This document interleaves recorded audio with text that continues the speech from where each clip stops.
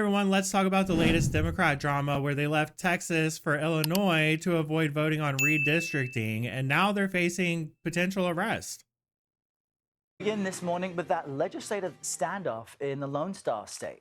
Texas Governor Greg Abbott is now ordering the civil arrest of Democrats who left town to block a vote on the redrawing of a congressional map. Now, the redistricting plan could help Republicans flip 5 seats, you see them right here, in the 2026 midterms. Texas State Representative Brian Harrison slammed the Democratic revolt on the takeout with Major Garrett. What they're mad about, but what they won't tell you, isn't that states redistrict for partisan purposes, but that a Republican state is doing this. And quite frankly, the state of Texas should have done this before. Elected Republican leadership here in Texas should be doing everything we can to make sure that Congress doesn't fall to the Democrats. And quite frankly, this is an abject failure of the elected Republican leadership in the state of Texas who let the Democrats flee.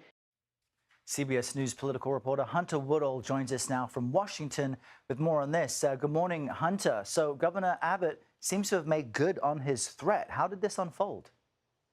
Well, good morning, Errol. And when you look at what's going on in Texas, this is an issue that very much animates the bases of both major political parties. But it's important to remember what Texas GOP Governor Greg Abbott is doing here. He's still fairly limited because the Democrats that have fled, they're in Illinois, it sounds like they're in New York. They're outside of Texas's boundaries. They're outside of Texas's control because they're out of state. That just speaks to the tensions that have become, major part of this political moment as both major parties look at this. Now, it's important to remember, too, what this means for both political parties. And Texas Democratic Rep. Julie Johnson is somebody who's going to be impacted by these new maps potentially, and she's been talking about this as well. We're all very proud Texans. We come from a state of great pride.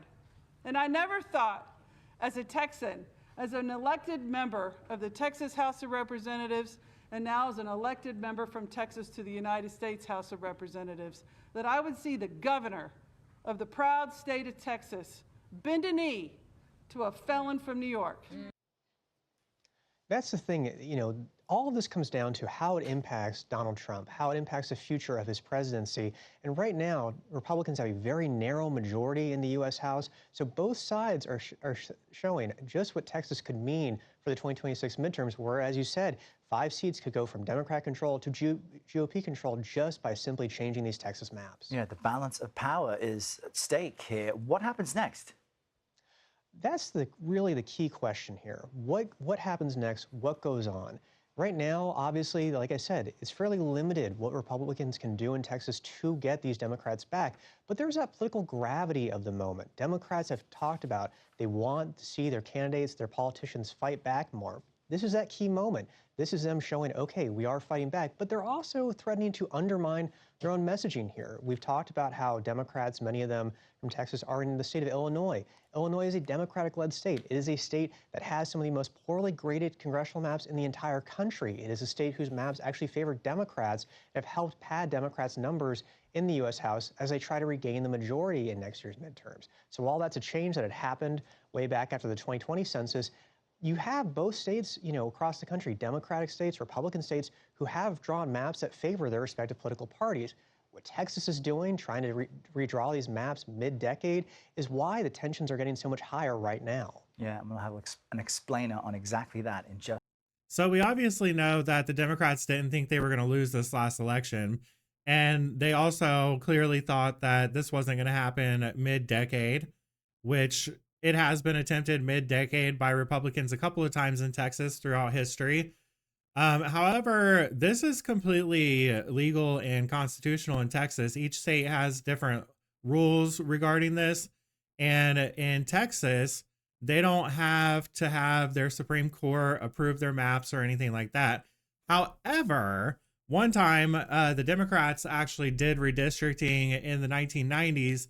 And later, the Supreme Court ruled that it was racially mapped out. It was mapped out according to Latino and Black people. They created specifically Black and Latino districts, which are, it seems that this is actually breaking those apart because that was like the Austin and Dallas areas. So it looks like this is actually an attempt at breaking those apart, which could be considered racially motivated, I guess. That's potential. So it's possible that their Supreme Court could actually rule this new map unconstitutional, but we don't know yet. And it's quite ironic that they went to Illinois, like that dude said, because Illinois is known to be one of the most egregious instances of Democrats gerrymandering the crap out of the state in order to put all of the power into the Democrats' hands. Yeah, so I found this little guy right here, and there are red states that are also gerrymandered very, very a lot. A lot. I'm not necessarily mad about that though, because the Democrats have proven that they're evil demons. So here, this is what this thing says about Illinois. Perhaps the most egregious Democratic drawn gerrymander on the current congressional map is in Illinois. The worst example is the 13th district, which connects disparate pockets of Democratic voters in Champaign, Urbana, Decatur, Springfield, and East St. Louis. The district splits 6 counties as well as multiple townships, cities, and even precincts, contributing to a 14-3 Democratic edge in the state overall. And this is it right here. This blue strip is what you'll see everyone talking about. This blue strip right here is how they gerrymandered to make sure that they had all of those Democrat seats. So that basically puts them in charge forever. Right? I mean, I don't even see this changing. And even though there's this big push in Chicago to flip Chicago red, I don't know if that's even going to be possible. So we'll find out, I guess. But it's quite ironic that they fled to the worst case of gerrymandering that the Democrats have ever done. That's rich. And another person that's very vehement on this is Kathy Hochul, the governor of New York. And she's calling it, this is war. We're at war. This is a legal insurrection. What the fuck is a legal insurrection exactly, Kathy Hochul? What the actual fuck is a legal insurrection? I don't think that exists. So now you're just making shit up like you always do every single day. But like, it's quite rich coming from her as well, and I'll tell you why. New York's top court rejects congressional maps. I don't know what congressional is. Lord have mercy. I might have to move to the South if I keep on talking like that. New York's top court rejects congressional maps drawn by Democrats in 2022. Interesting. So New York has a process where their Supreme Court actually has to approve or deny their maps. All right. Texas does not. So I think Kathy's just a little jealous that her rules in New York don't allow her to do what she wants to do, but in Texas, their rules do. I think she's just a little upset about that. And also they're all upset because they're all about to lose their jobs, especially Jasmine Crockett. This is hilarious. And y'all will notice I will talk shit about Jasmine, but I don't play much clips of her because I cannot stand to watch her. If you want me to just deal with it and play the clips, if y'all want to see her, then I'll do it. And you can let me know in the comments. But unless you tell me otherwise, I'm not playing a bunch of clips of Jasmine Crockett. She's the most educated, illiterate, dramatic social media star pretending to be a politician that ever existed. Like, she's the worst. I can't even stand listening to her. But their new maps and that lady that you heard in the video previously, their new maps redrew the districts to where they don't live in their district anymore. Have a laugh at that.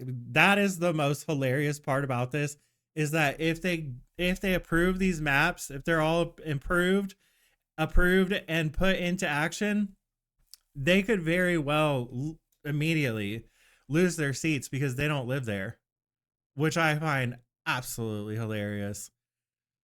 So New York's highest court on Wednesday, this was 2022, so let's not get it twisted, rejected new congressional maps that had widely been seen as favoring Democrats, largely agreeing with Republican voters who argued that the district boundaries were unconstitutionally gerrymandered. Which, yeah, is pretty much what Texas is doing, only they don't need their Supreme Court oversight. However, it could come down to it to where it is actually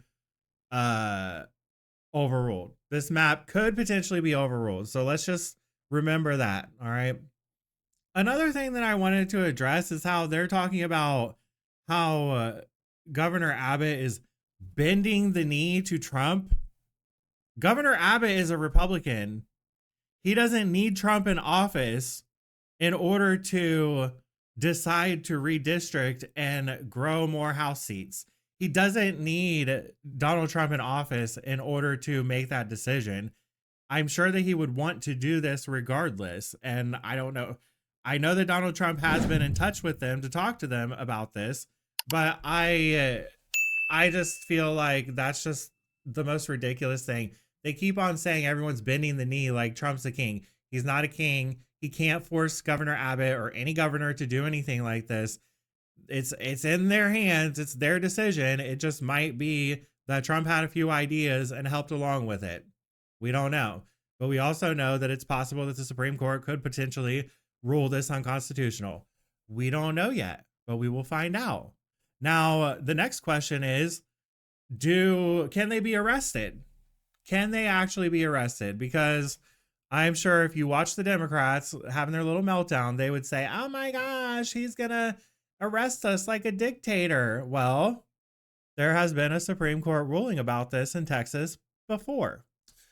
So this has happened before in 2021. Actually, the Democrats have broke quorum multiple times, starting in the late 1870s, which I thought this example was quite interesting.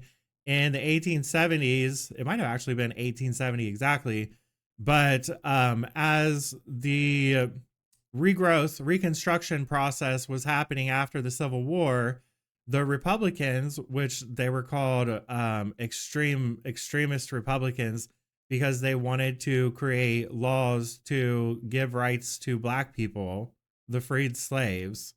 And the Democrats were vehemently against that. So they broke quorum the first time then, because they did not want to give equal rights to the freed slaves. So let that sink in. And now they're still obsessed with race, only they're treating these people like slaves in a different way, with welfare and all. Let's make them dependent on us so that we can control them, basically, is what I think they're doing, regardless of whether the Democrats are white or Black or whatever. The playbook is the same. The playbook is the same, y'all. So in August 2021, the Texas Supreme Court issued a binding decision in a dispute brought by House Democrats challenging an order to arrest members who had fled during special session quorum breaking. The court held that the Texas Constitution's Article 3, Section 10 expressly authorizes the House to compel the attendance of absent members in such manner and under such penalties as the House may prescribe.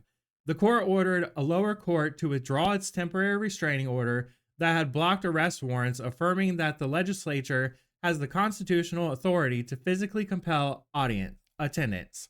So under that Supreme Court ruling just a few years ago, they ruled that these members can be arrested. The problem is they're not in the state's jurisdiction. So he cannot have the Texas Marshals go and arrest them. They have to come back to Texas in order to be arrested as of this point. And I saw a video where one of them was talking about staying away for 30 days. Y'all, are these people really about to throw their temper tantrum for a whole month and not do their jobs? Also, they can lose their seats. Now, if they take away their seats, that is going to be an unprecedented move. It is going to be something that I don't believe has ever happened before in this manner. So, of course, the Democrats are going to use that as this is a dictatorship. It's all Trump doing this, blah, blah, blah. No kings. Let's all freak out. Let's riot in the street. Let's keep rioting in the streets because they're already doing that. Let's keep assaulting police officers and ICE agents because they're already doing that. So, you know, they're actually doing an insurrection right now. And all of them are actually inciting a insurrection. And for Kathy Hochul's mind, an illegal insurrection, the only actual kind. The irony. So here's some other information. Race versus partisanship. The U.S. Supreme Court ruled in 2019 that partisan gerrymandering is not unconstitutional, but racial gerrymandering is. Republicans argue that as long as race isn't the primary factor and the lines are drawn using partisan performance, so they're using the presidential election, the plan is legally sound, even if it affects racial groups disproportionately. Because, as I said, the majority is kind of how this works. Demographic shifts and voter behavior. GOP map makers claim recent voting shifts among Hispanic and suburban voters justify redrawing the maps to reflect new political trends, not race. They point to South Texas, where Republicans have made gains among Latino voters. Yeah, their Latino voter turnout for Trump in the election was 55%. So like while you hear Jasmine Crockett on here flapping her jaws and waving her eyelashes all over the place, she's all racially motivated, but she doesn't mention one single time that the Latinos voted.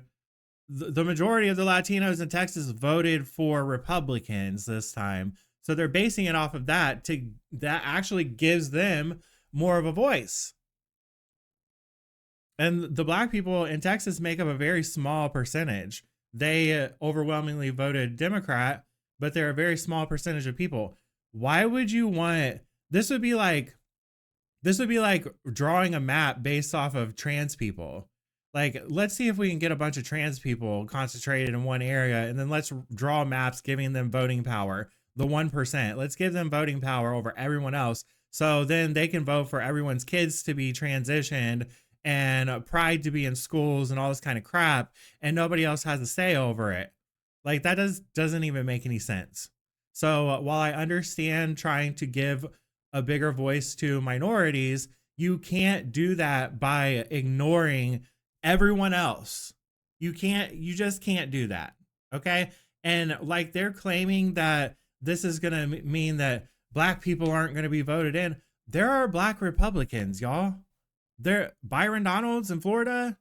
There's a bunch of black Republicans. I can't remember all of their names that's just the most prominent one that I remember because I like him a lot. And I was hoping that he would run for president in 2028, but he's running for governor of Florida. But there are black people in the Republican side too. Like, these people are so obsessed with race that all logic leaves the brain, and all of these idiots that follow them and eat up into their drama just love it all. They love it. So yes, they can be arrested when they get back. They could potentially lose their seats, which I would love to see happen. If this plan is approved and they're able to implement it without any court interference, Jasmine Crockett, we may never hear of her again. Thank you, Lord Jesus. Please, God, please, Lord, I pray to you, please let Jasmine Crockett lose her freaking seat right now, please. So if that prayer is answered, I'll talk about it. Of course, because we will have a celebration video if that happens, because I just cannot stand her. And it's not because she's black, it's because she is ignorant. She is a mouthpiece for the Democrats. They're using her, and like she's not it. She should not be in charge of anything at all. Oh, there's one more thing that I wanted to touch on. The governor said that they could potentially be charged with bribery. And I'm sure all the other YouTubes that you guys watch, they're all saying they're going to be arrested and charged with a felony for bribery. And the reason why they're saying that is because there are groups of people that are donating money to pay for their trip. I think that their private plane cost $100,000. All right. And meanwhile, they're talking about climate change, but they're all hopping on a private plane to go to Illinois to avoid their job. In order to prove bribery, you would have to prove that the lawmakers were promising something in exchange for that money. And it doesn't seem like that's the case. It seems like they decided to do this little stunt, and then other people said, okay, we'll give you money to fund it. But it doesn't sound at this point like there's any type of quid pro quo going on. So I highly doubt that they are going to be charged with bribery. I highly doubt that they can be charged with bribery over this. And as soon as I heard the first person say that, I'm like, that doesn't sound like bribery. It doesn't. So let me just look into this. And it turns out that I was right. And this does not sound like bribery. So don't be getting your hopes up that these people are about to get arrested and charged with criminal charges. They can be arrested and brought back to do their jobs, or they could potentially lose their seats. So tell me in the comments below, what do you guys think about all this craziness? Do you think that this is as hilarious as I think it is? Because I hope they keep on doing this stuff, because this is just like, you don't even need to watch TV anymore. The Democrats handle all the entertainment for you. So what do you guys think? Leave a comment below, press the like button. If you're not already subscribed, make sure that you do subscribe so you don't miss any content, and I'll see you on the next one.